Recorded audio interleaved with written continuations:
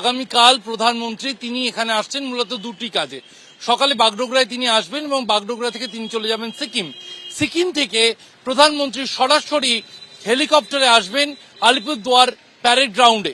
সেখানে একটি city gas প্রকল্পের তিনি শিলান্যাস করবেন, তারপরে একটি রাজনৈতিক সভায় তিনি যোগদান করবেন। এখনো পর্যন্ত আনুষ্ঠানিক সূচি প্রধানমন্ত্রীর এরকমই রয়েছে।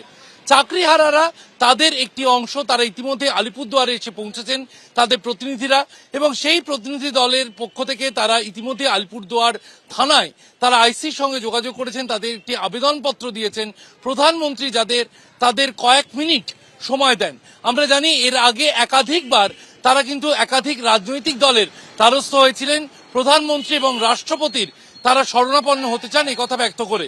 তারা চাইছেন প্রধানমন্ত্রী বা রাষ্ট্রপতির সঙ্গে দেখা করে তারা যাতে সুপ্রিম কোর্টের কাছে এই বার্তা দিতে পারেন, যদি তাদের এই যে চাকরি হারানোর যে আদেশ বা রায় তা যদি পুনর্বিবেচনা করা যায়। কিন্তু প্রধানমন্ত্রী আদৌ দেখা করতে পারবেন কিনা বা প্রধানমন্ত্রীর কাছে এই চিঠি পৌঁছে দেওয়া হচ্ছে কিনা সে বিষয়ে এখনো পর্যন্ত বিজেপি নেতৃত্বের তরফে নিশ্চিত করে কিছু বলা হয়নি। আজ বিজেপি রাজ্য সভাপতি সুকান্ত মজুমদার তিনি রাত 10টা নাগাদ এখানে এসে পৌঁছবেন।